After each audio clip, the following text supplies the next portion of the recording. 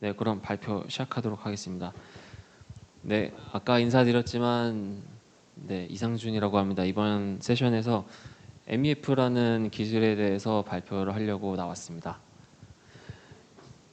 네, MEF는 여기 이제 이제 영어로 나와 있는 대로 플러그인 기술인데 이제 확장 프레임워크 기술인데 이제 자세히 설명드리도록 하겠습니다.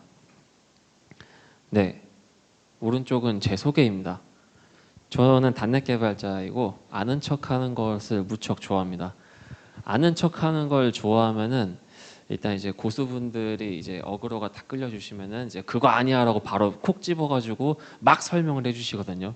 저는 그걸로 굉장히 도움을 많이 얻었어요. 그거의 첫 번째가 이제 윈폼의 모든 컨트롤이 3D인 줄 알았는데 그게 아니었다는 걸 제가 그때 처음 알게 됐습니다. 그렇게 해서 제가 2015년도부터 이제 공장 자동화 업계에서 커리어를 시작을 해가지고 이제 마이스 산업이라고 이제 전시 학회 업계 거기 갔다가 약국 포스 한 대 갔다가 병원 키오스크 한 대 갔다가 전자상거래 하는 데 갔다가 게임 업계로 왔습니다. 저는 SI 개발자는 아닌데 정말 다 정규직 개발자였는데 이직을 좀 이렇게 많이 했습니다. 네, 그리고 그 약국 포스 이제 하던 시절에 어떻게 이제 좀 운이 좋아가지고 카카오톡 오픈 채팅방에 이제 C샵 단넷 개발자방이라는 데 들어갔는데 거기에 이제 좋은 분을 만나게 돼가지고 2019년도에 단넷 이제 컴프를 마이크로소프트 광화문에서 했을 때 그때 스태프를 받아가지고 지원을 받아서 그냥 하고 싶어서 그냥 그걸 했어요. 그걸 했는데 이제 거기 정현님이 계셨고 그 행사 끝난 다음에 이제 정현님이 이제 단넷 데브 이제 스태프 모집하는데 혹시 할래? 그래가지고 하셔가지고 네 알겠습니다 하고 덥석 물었습니다. 그래서 지금까지 이렇게 하고 있고요. 그래서 뭐 단넷 데브는 점점 발전하고 있는 것 같습니다. 그리고 현재는 게임 회사에 재직 중입니다. 게임 회사에 재직 중이지만 사명을 밝히면은 큰일 날 것 같아서 밝히지 않겠고요. 그리고 현재 저는 팀 빌딩과 이제 개발자 문화에 좀 많이 관심이 있습니다. 왜냐면은 이제 아무래도 혼자 개발하는 게 아니라 지금 제가 재직하고 있는 회사에서 굉장히 좋은 팀을 만났기 때문에 좋은 사람들하고 같이 협업하는 어떤 끈끈함 같은 걸 느꼈기 때문에 개발자로서 각자 도생해서 이제 기술 익혀가지고 빨리빨리 도망가자, 빨리빨리 다른 데로 좋은 데로 가자 이게 아니라 이제 으쌰으쌰 해가지고 젊은 사람들끼리 뭉쳐서 한번 살려봐야겠다 이런 문화를 좀 많이 가지게 됐고 그러면서 개발 스킬 이런 거에 막 뭐 멀티스레딩이 어떻고 뭐 이벤트 루프가 어떻고 막 이런 것보다는 같이 이제 협업하는 데브렐 문화 같은 게 되게 관심을 많이 가지게 됐어요. 우리 뭐 DX라고 해서 디벨로퍼 익스피리언스라고도 하는데 그런 오히려 이제 컬처 쪽에 많이 관심을 많이 가지게 됐습니다. 그리고 태권도 이품 옛날에 땄고 우슈 2단도 있고요. 곧 무에타이 1단도 추가될 예정이고 일종 보통도 있습니다. 저 위에 사진은 제가 한 3개월 전에 대회 나갔던 거고 밑에 사진은 2013년인가 머리 한번 밀고 건국대학교에서 호수 앞에서 찍은 겁니다. 저는 쿵푸를 굉장히 좋아해요. 그래서 8급권이라는 무술을 13년 정도 했습니다. 네, 이제 본격적으로 발표를 들어가겠습니다. 참 이게 단넷으로 이제 우리가 플러그인 왜냐면 유지 서비스를 만들면서 장기적으로 유지 보수를 하려면 코어 기능은 유지한 상태로 고객한테 다른 혜택, 다른 기능들을 좀 주고 싶은데 그럴 때마다 보통 이제 하는 방법을 모르면 폴더를 이제 여러 개를 나눠가지고 이제 폴더에 이름을 붙이죠. 언더바 어디 사이트 이름 붙여가면서 그런 안타까운 방법들에 제가 경험한 예시를 써놨어요. 제가 FA에 그 쪽에 종사할 때 현대 기아의 전국에 있는 모든 공장을 다 가봤는데 거기 사이트마다 제가 저렇게 했어요. 실제로 현대 5공장, 현대 뭐 화성 3공장 이렇게 이런 식으로 해놨습니다. 그래서 그러면서 이제 압축해놓고 날짜 붙이고 뭐 SNL 코리아에서 막 뭐 권혁수 개그맨이 막 찐막 레알 찐막 이런 거 하긴 했는데 그렇게까지는 안 했지만 이제 언더바를 많이 붙여가면서 저도 실제로 했어요. 그때는 깃허브가 뭔지 몰랐어요. 저는 현상 관리가 뭔지 몰랐기 때문에 그렇게 했고 그 다음에 이제 거기서 맞춰서 이제 세 기능을 추가하다가 다른 공장에 있는 이제 기능을 다른 공장 이제 원래 들어가면 안 되는 공장에다 붙이고 막 그랬어요. 컨트롤 CV를 하다가 이제 실수를 한 거죠. 제가 휴먼 에러를 발생시킨 거예요. 그런 케이스가 있었고 그렇게 하지 말자. 해서 이제 그럼 소스를 원소스로 관리를 하자 해서 어떻게 했냐면 ifelse에다가 이넘을 추가해서 그 이제 제가 맡은 사이트들을 이제 이넘을 하나씩 추가했어요. 어디 어느 공장 어느 공장에 추가한 다음에 똑같은 기능에 대해서 ifelse를 해가지고 조건문으로 해놓고 했어요. 그렇게 하다가 이제 소스 코드가 또 길어지고 왜냐면 그때는 이제 초보였기 때문에 소스 코드가 길면 빌드 시간이 길어지는 줄 알고 사이트를 이렇게 개발을 해놓은 다음에 전처리문을 잘 몰라가지고 if 문으로 해놓은 거를 다 주석 처리하고 빌드하고 막 그랬어요. 그게 1년 차, 2년 차 때 그렇게 했었고요. 그리고 이제 뭐 INI 이제 공장에 들어갈 때 INI를 굉장히 많이 썼었는데 뭐 지금은 안 쓰지만 INI만이 유일한 데이터 영속성 기능인 줄 알았습니다. 데이터베이스를 제외한. 그래서 거기다가 사이트 이름 막 써놨어요. 뭐 이렇게 무슨 사이트는 EN 뭐 AG 뭐 이런 식으로 많이 써놨습니다. 그렇게 아무튼 새로운 기능이나 새로운 사이트에 이제 뭔가를 배포하기 위해서 빌드를 항상 새로 했어요. 저는 몰랐으니까. 네. 근데 이제 우리가 아는 아주 나이스한 형태의 플러그인들이 있죠. 진정한 플러그인들, 라이더는 모든 기능들이 다 플러그인으로 되어 있어요. 그래서 아이디 자체가 굉장히 가벼운데 거기다 비주얼 스튜디오 코드처럼 플러그인을 엄청나게 붙여가지고 이제 무겁게 만들어지는데 그럼에도 불구하고 비주얼 스튜디오보다 가볍습니다. 그래서 라이더 크로스 플랫폼 아이디로 돼 있고 뭐 요즘 유니티 라이더 이제 제프레인즈에서 유니티가 굉장히 호환성이 좋다고 유튜브 보면 광고도 많이 하고 있고요.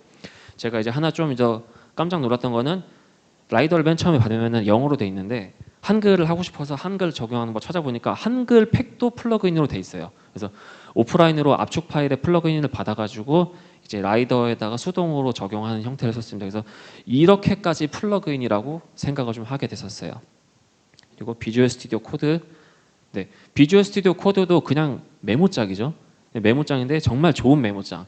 그래서 확장 있는 거를 붙이면은 정말 비주얼 스튜디오랑 비슷해지기도 하고 특히나 요즘 이제 아발로니아라는 기술에서는 프리뷰지만 비주얼 스튜디오 코드로 UI를 개발할 수 있는 이제 프리뷰 플러그인을 만들어줬기 때문에 정말 비주얼 스튜디오랑 비슷하게 돼 있고요. 그리고 공짜고 크로스 플랫폼이라서 맥과 리눅스에도 다 똑같이 픽셀 퍼펙트로 동작하는 것으로 알고 있습니다. 그리고 자 피그마가 나오는데 굉장히 핫한 도구이죠. UI 개발자, 그러니까 WPF 개발자나 윈폼 개발자는 잘 모를 수 있어요. 근데 이 피그마는 지금 전 세계를 잡아먹고 있는 굉장히 강력한 UI 프로토타이핑 도구이고요. 어도비에서 이거를 구매를 성공했나 모르겠는데 어도비에서도 이걸 탐내고 있고 뭐 옛날에 뭐 XD 같은 거 있잖아요. 그거랑 뭐 이제 스케치 또 뭐 있지? 제플린 그런 것도 다 피그마한테 지금 상대가 안 됩니다. 그래서 UI로 그냥 간단하게 프로토타입, 그러니까 WPF로 개발에 착수하기 전에 피그마 가지고 UI를 빠르게 프로토타이핑해서 보여주면 돼요. 제가 얼마 전에 이제 저희 팀장님께 들었는데 슬랙에서 이제 컨퍼런스를 했었는데 슬랙에서 하는 기능을 피그마로 현장에서 시연을 했었어요. 그래서 그 정도로 피그마가 굉장히 갓갓한 툴입니다. 근데 이 피그마도 처음에 그냥 딸랑 그냥 UI 하나만 있는데 다 이제 플러그인으로 다 붙일 수가 있어요. 우리 단넷 쪽에서 쓸 수 있는 대표적인 플러그인은 우노 플랫폼에서 만든 이제 자멸로 뽑아준 게 있는데 그건 말고도 이제 기본적으로 HTML하고 CSS가 이 피그마로 그린 UI를 HTML하고 CSS로 이제 제너레이트를 해줍니다. 그래서 이거를 이제 퍼블리셔나 UI 전문 디자이너들이 이걸 쓰신 다음에 그 HTML이랑 CSS 소스를 그대로 가져다가 웹 개발자 그냥 복붙하면은 그대로 그냥 UI가 나오고요. WPF는 아직 좀 덜하긴 한데 우노 플랫폼이라고 이제 단넷에서 이제 오픈 소스는 아니지만 상용 기술로 무료로 사용되고 있는 우노 기술에서도 이 피그마 플러그인을 지원을 해주기 때문에 피그마로 디자인한 이제 WPF 앱이나 아니면 윈도우즈 앱이나 안드로이드 앱 같은 운으로 개발된 그런 크로스 플랫폼 앱들을 이렇게 피그마를 통해서 이제 먼저 프로토타이핑을 해보고 지원을 받을 수가 있습니다. 그리고 저도 이번에 회사에서 WPF로 이제 개발을 했었는데 WPF로 이제 저희 팀 안에 있는 디자이너분이 피그마로 화면을 그려주신 다음에 거기 있는 HTML하고 CSS 코드를 챗GPT-4에다가 붙여넣은 다음에 이거 그대로 자멜로 바꿔줘라고 했어요. 그래서 그거를 다는 아니고 한 7, 80% 정도는 활용해서 쓸 수 있었습니다. 그래서 프로토타이핑을 하고 협업을 할 수 있었기 때문에 굉장히 좋은 경험이었어요. 그래서 개발자가 다 하지 않아도 된다. 굉장히 좋은 툴이니까 꼭 알아가시기 바랍니다. 무료입니다. 그리고 물론 조금 더 좋아지려면 당연히 돈을 내야겠지만요. 그리고 또 디스코드 아주 유명한 도구죠. 사실 이 다음에 슬랙도 있어야 되는데 디스코드도 보면은 앱이 굉장히 많고 단넷으로도 디스코드 앱을 만들 수 있는 걸로 굉장히 유명하죠. 그래서 디스코드라는 것 자체가 이제 그냥 채팅이 있고 누군가한테 음악을 틀어주거나 아니면 이제 뭐 음성 채팅을 할 수 있기도 하고 화면 공유가 된지 모르겠네요. 아무튼 그런 메인 기능을 유지한 상태에서 그 메인 기능을 전혀 해치지 않는 물론 조금 관련이 있을 수는 있겠지만 그걸 이제 앱으로 플러그인을 붙여가지고 만들 수가 있기 때문에 이것도 굉장히 좋은 플러그인 형태라고 볼 수 있겠습니다.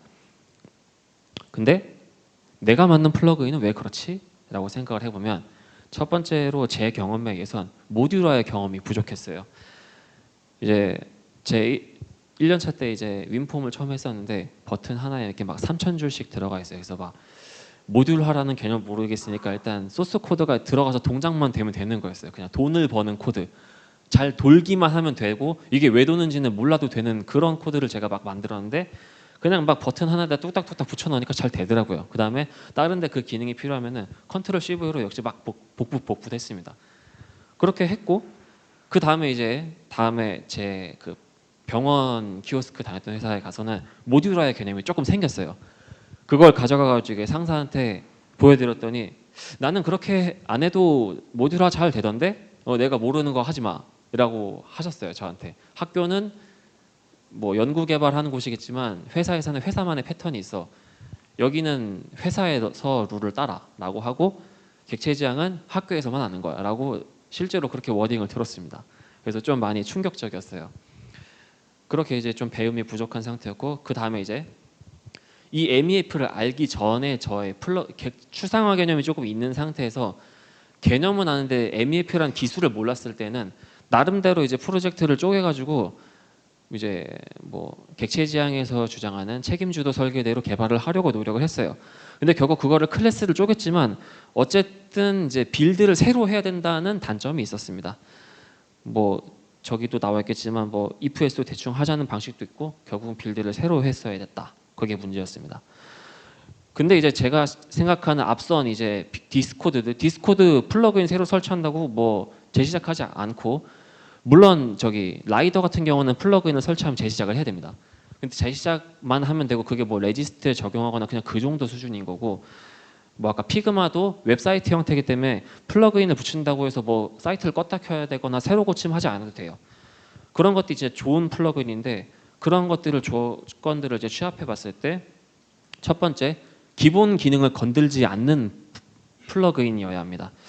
여기 예를 든 대로 비주얼 스튜디오 코드는 좀 좋은 메모장이라 가지고 그냥 코드만 타이핑을 하면 되는데 거기다 이제 도커 익스텐션이나 쿠버네티스 익스텐션이나 SQL 서버 익스텐션을 붙였을 때 비주얼 스튜디오에 그 타이핑을 하는 기능이 건드려지지 않죠, 기본적으로. 근데 물론 이제 C샵의 어떤 기능과 관련된 문법과 관련된 기능에 대해서는 조금씩은 영향이 있을 수 있습니다. 그리고 물론 이제 그렇게 하다가 그 기능을 혹시 건드리게 되면은 그 제품 설계하시는 분이 그 메인 기능을 플러그인으로 가져가야 된다고 생각을 해요. 왜냐하면 의존성이 생기기 때문에. 저는 그렇게 생각합니다. 그리고 제품의 빌드 상태와 사실 별개의 제품인 것처럼 최대한 무관해야 합니다. 이번에 그 라이터 사이드라고 그 제프레인즈에서 또 테크니컬 라이터용 ID라고 하긴 좀 그렇지만 텍스트 편집기가 새로 나왔는데요. 그게 이제 버전이 두 개가 있어요. 그 저기 인텔리제이에다가 라이터 사이드라는 플러그인을 붙이는 방법이 있고 라이터 사이드 자체를 어플리케이션으로 실행하는 방법이 있습니다. 그만큼 코어 기능이 잘 분리되어 있다는 거고 이거를 IDE로 만들든 아니면 어디에 붙이든 상관이 없다는 거죠. 그게 이제 2번의 말씀을 드린 거였어요. 제품의 상태와 또는 버전과 최대한 무관해야 한다.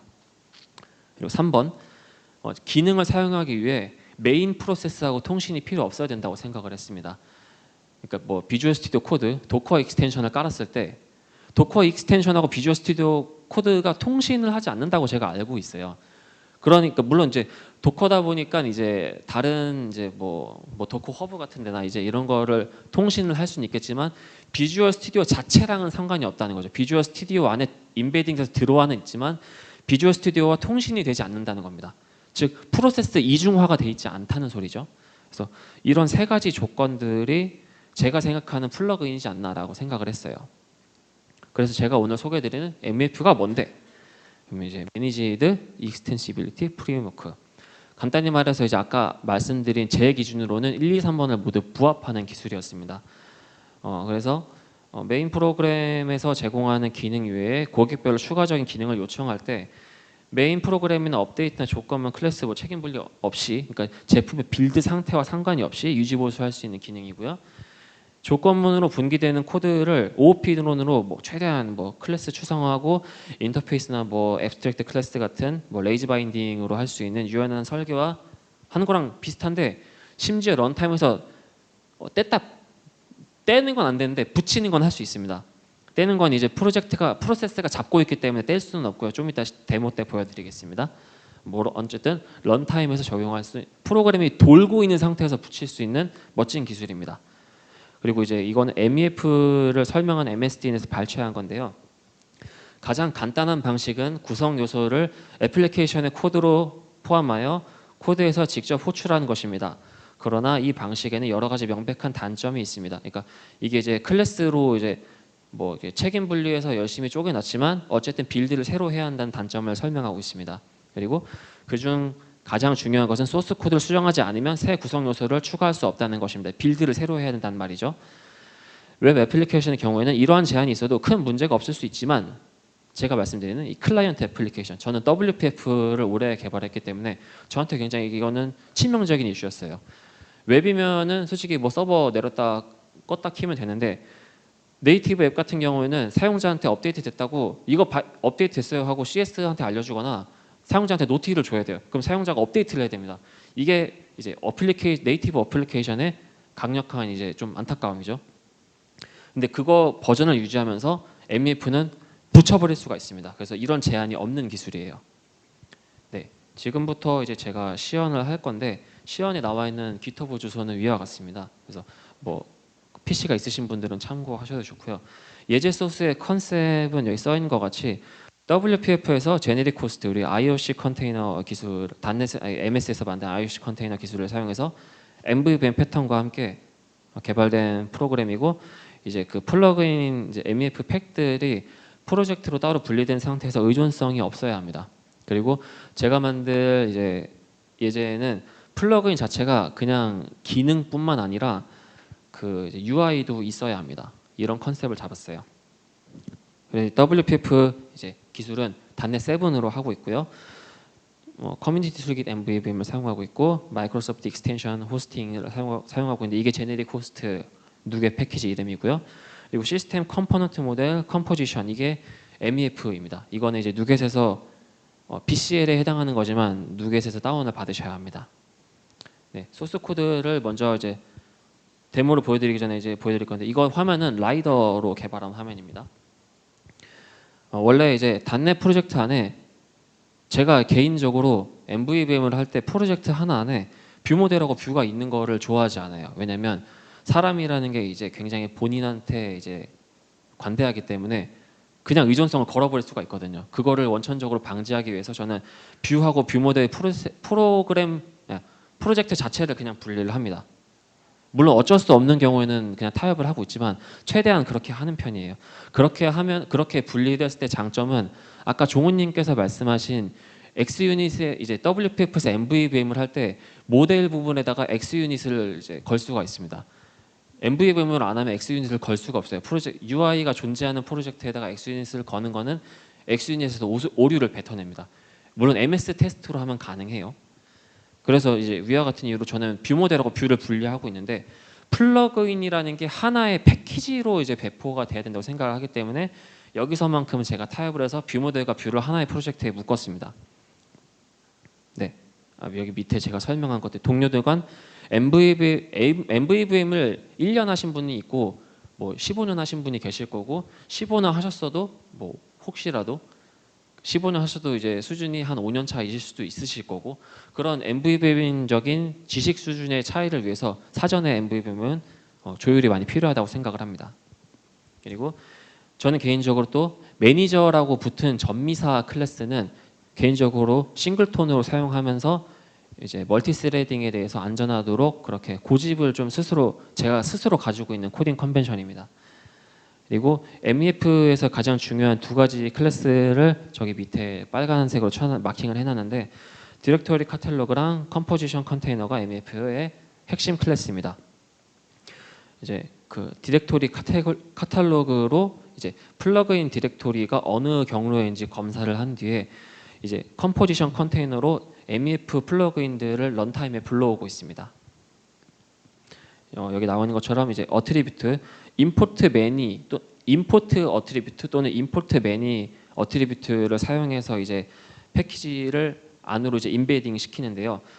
이제 플러그인을 한 개만 이제 프로퍼티 지금 여기 보시면은 private enumerable 뭐 i 플러그인 플러그인즈 이렇게 해서 i enumerable 인터페이스를 쓰고 있는데 enumerable을 쓰지 않고 그냥 뭐 i 플러그인 이렇게 하면은 그냥 import 어트리뷰트를 사용하게 되고 다수의 플러그인을 하나의 이제 프로퍼티에서 관리를 하려면 import many를 사용하게 됩니다.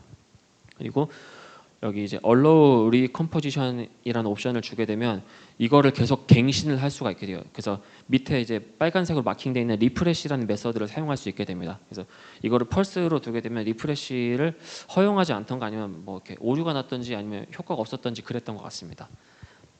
네, 그리고 이제 이거는 테스트하다가 제가 이제 느낀 건 이제 하나 발견한 건데 이 속성이 세터 값에 플러그인즈 get set 원래 set인데 이제 .NET C# 9.0 버전부터는 이제 init이라는 10.0인가? init이라는 세터를 쓸 수가 있는데 이제 이게 저기 생성자에서만 할당할 수 있다는 이제 .NET이 이제 불변 값에 대한 그 니즈가 조금 약했었는데 이제 init이나 뭐 이런 거를 도입을 하면서 불변 값에 대한 거를 좀 많이 챙기기 시작했던 것 같아요. 그래서 높은 버전에서는 저는 이제 읽기 전용이라면 init을 사용하고 있습니다. 그래서 여기다 set을 쓰셔도 되고 private set을 쓰셔도 됩니다. 근데 이제 init을 쓴 거고요. 근데 여기에 init하고 init을 쓰지 않는 것하고 사실 읽기 전용이라는 거는 똑같은데 컴파일러가 인식할 땐 조금 다릅니다. get만 누르면 정말 읽기 전용으로 인식을 하기 때문에 빌드를 하게 되면 여기 빨간 줄 친 것처럼 오류를 뱉어내요. 컴포지션 익셉션이라고. 근데 init이라고 이제 읽기 전용으로 하는 이제 세터를 붙이면은 오류가 안 납니다. 네, 여기 리프레시 메서드 설명드렸고요.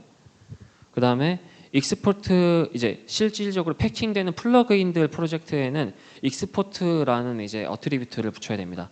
그래서 아까 제가 사전에 인터페이스가 나왔었나? 요 인터페이스로 정의된 팩들을 이제 직접 다형성 구현을 해가지고 사용을 하면 되고요. 지금은 이제 간단하게 할 거기 때문에 플러그인의 이름 프로퍼티하고 플러그인의 뷰랑 플러그인의 뷰 모델만 이제 오브젝트로 해놨습니다. 네, 그리고 이제 이 WPF 팩 쪽의 자매를 보면은 이제 데이터 템플릿을 통해 데이터 이제 뷰 모델 타입과 뷰를 이제 이렇게 매핑하고 있는데요. 뭐 아시는 분이 계실지 모르겠지만 WPF에서는 이렇게 하면은 그 컨텐츠 프레젠터를 통해서 뷰 모델을 넣었을 뿐인데 뷰를 자동으로 그려주게 됩니다. 그래서 이렇게 뷰를 이제 뭐 이렇게 코드 비하인드를 통해서 이렇게 직접 이렇게 때려박는 그런 형식이 아니라 조금 이렇게 하면은 뭐 손이 좀 덜 가고 조금 더 현대적인 WPF 앱을 개발할 수가 있습니다. 이거 제 방식이 아니고 굉장히 일반적인 방식입니다. 네. 이 부분을 이제 리소스 딕셔너리로 빼가지고 위에다 이렇게 하나씩 붙이는 게 아니라 이제 일괄적으로 정의를 할 수도 있습니다. 매핑을. 그리고 이제 앞서 설명드린 대로 컨텐츠 프레젠터라고 여기 되어 있는데 이 부분에 이제 바인딩되는 제가 여기 뷰 모델에 바인딩을 해놨잖아요. 플러그인 뷰 모델. 이 뷰 모델을 바인딩을 해놓으면은 이 컨텐츠 프레젠터 자리에 실제로 뷰 모델이 위치하게 되는데 이제 여기서 이제 아까 이 빨간색으로 마킹한 부분을 WPF 자체 기능으로 데이터 템플릿이 이제 알아서 뷰 모델 이제 타입에 맞는 뷰를 끌어와 가지고 데이터를 에다가 UI를 입혀주게 됩니다. 그래서 매핑한다기보다는 제가 MVVM을 좀 해봤을 때는 데이터가 우리 게임 개발할 때도 데이터에다가 이제 게임 엔진이 하는 역할이 연출을 입히는 거잖아요. 그거랑 비슷하게 WPF에서도 데이터가 실제로 연출을 입는다라고 표현을 하고 있습니다. 그래서 컨텐츠 프레젠테이션은 저는 개인적으로 그렇게 표현하고 있어요. 그리고 이거는 프로젝트 구조인데 보시면 아까 WPF 팩들 이 프로젝트들이 실제로 이 메인 프로그램의 프로젝트의 연관성, 의존성으로 걸려 있지 않은 거를 보여드리려고 이렇게 했습니다. 네, 이제 실제로 시연 영상을 보여드릴 거고요. 네, 네, 다시 한번 보여드리고 있습니다. 이게 이거 하기 전에 요거는 이제 OBS 스튜디오라는 걸로 이제 이 화면을 촬영을 했고요. 그 다음에 이제 그 마이크로소프트 클립 챔프라는 어플리케이션으로 이제 영상 편집을 했습니다. 오피스 365를 구독하면 무료로 사용할 수 있는 도구인데 제가 개인적으로 다빈치 리졸브라는 영상 편집 툴을 사용하다가 그게 너무 무겁고 영어만 지원을 해가지고 그걸 하다가 이걸로 바꿨는데 굉장히 사용 경험이 좋았기 때문에 오피스 365를 혹시 구독하시는 분들은 마이크로소프트 클립 챔프를 사용해 보시면 영상 편집을 굉장히 쉽게 하실 수 있을 것 같고 이거 편집하는데 한 20분 정도 걸렸습니다. 같이 사용해 보시면 좋을 것 같습니다. 네, 다른 것도 이제 의존성이 걸려 있지 않다는 것을 보여드리고 있습니다.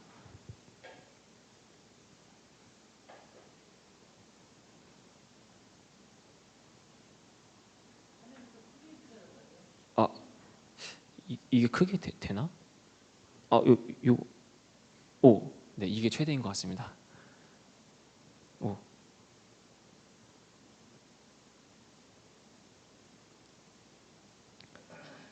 네, 제가 영상 촬영하기 전에 이제 미리 폴더링 해놓은 거고 플러그인즈라는 폴더가 없고 프로그램을 실행하면 플러그인즈 폴더를 만들게 됩니다. 물론 먼저 있어도 상관은 없고요. 이게 라이더 이제 실행 화면입니다.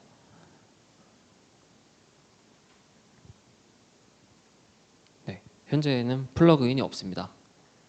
그래서 저 플러그인 폴더에다가 아까 전에 이제 미리 빌드를 해둔 WPV 픽 1 팩 1 지금 리프레시 버튼을 누르고 있고요. WPF 팩 1 DLL을 저기다가 이제 드래그를 합니다. 복사로. 그 다음에 리프레시를 누르면 저렇게 나오게 돼요. 그 다음에 UI가 있습니다. 이렇게 UI도 동적으로 만들어낼 수 있다는 것을 보여드리고 싶었습니다. 그리고 두 번째 것도 또 추가를 한 다음에 또 리프레시하면 또 나오고 네, 이렇게 데이터도 잘 바뀝니다. 화면이 지금 뷰가 1, 2가 바뀌고 있죠. 그리고 이걸 지금 삭제해 보겠습니다. 네, 삭제하면 프로세스에서 이 DLL을 잡고 있기 때문에 삭제가 안 됩니다. 그래서 플러그인 적용을 뺄 수가 없고 프로그램을 끄고 DLL을 삭제하면 됩니다. 네, 시연은 여기까지입니다. 이거를 이제 실제로 돌려보실 수 있는 소스 코드는 아까 그 GitHub에 나와 있습니다. 네, 발표가 끝났는데 네, 이거는 이제 제 링크드인 QR 코드고요. 혹시 궁금한 거 있으시면 이쪽으로 질문 주시면 좋고 네, 일촌 신청과 팔로우 부탁드립니다. 네, 혹시 오늘 발표한 내용 중에 혹시 궁금하신 거 있으실까요? 네, 클립 챔프입니다. CLIPCHAMP. 윈도우 저기 마이크로소프트 스토어에서 다운로드 하실 수 있습니다. 혹시 더 질문 네, 잠시만요. 그 지금 개발을 윈폼 .NET 프레임워크 4.8로 좀 개발을 하고 있는데 이 MEF 기술을 프레임워크에서도 적용을 할 수 있는지. 이건 .NET 프레임워크 4.0 이상부터 네, 감사합니다. 제가 그걸 안 썼구나. 네, 혹시 또 궁금하신 거 있으실까요? 네. 아니요, 저도 책은 찾아봤는데 저도 제가 이거 그냥 찾아보면서 MSD 보면서 제가 했습니다. 네. 이거 말고 플러그인이 이거 말고 이거는 MS에서 만든 거고 이거 말고 오픈 소스 쪽에도 플러그인 기술이 하나 있었던 것 같아요. 그래서 그건 아마 좀 자료가 있었던 것 같습니다. 그래서 다음에 발표에는 뭐 당신의 플러그인 기술 땡땡땡 뭐 이런 식으로 제가 들고 나올 생각이었는데 한번 시간 나면은 R&D 해보도록 하겠습니다.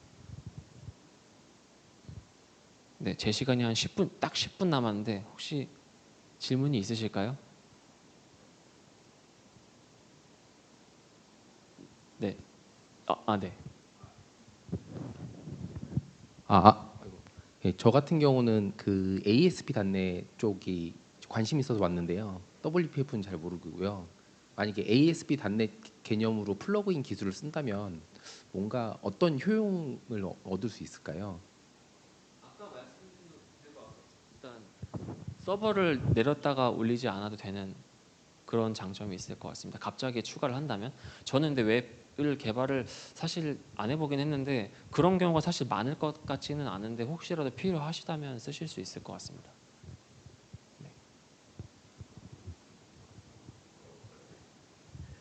네 이거는 제가 챗 GPT한테 이 이미지 그려달라고 달리한테 부탁했습니다. 그래서 이 이미지는 찾은 게 아니고 GPT-4가 달리 3를 이용해서 그려줬고요.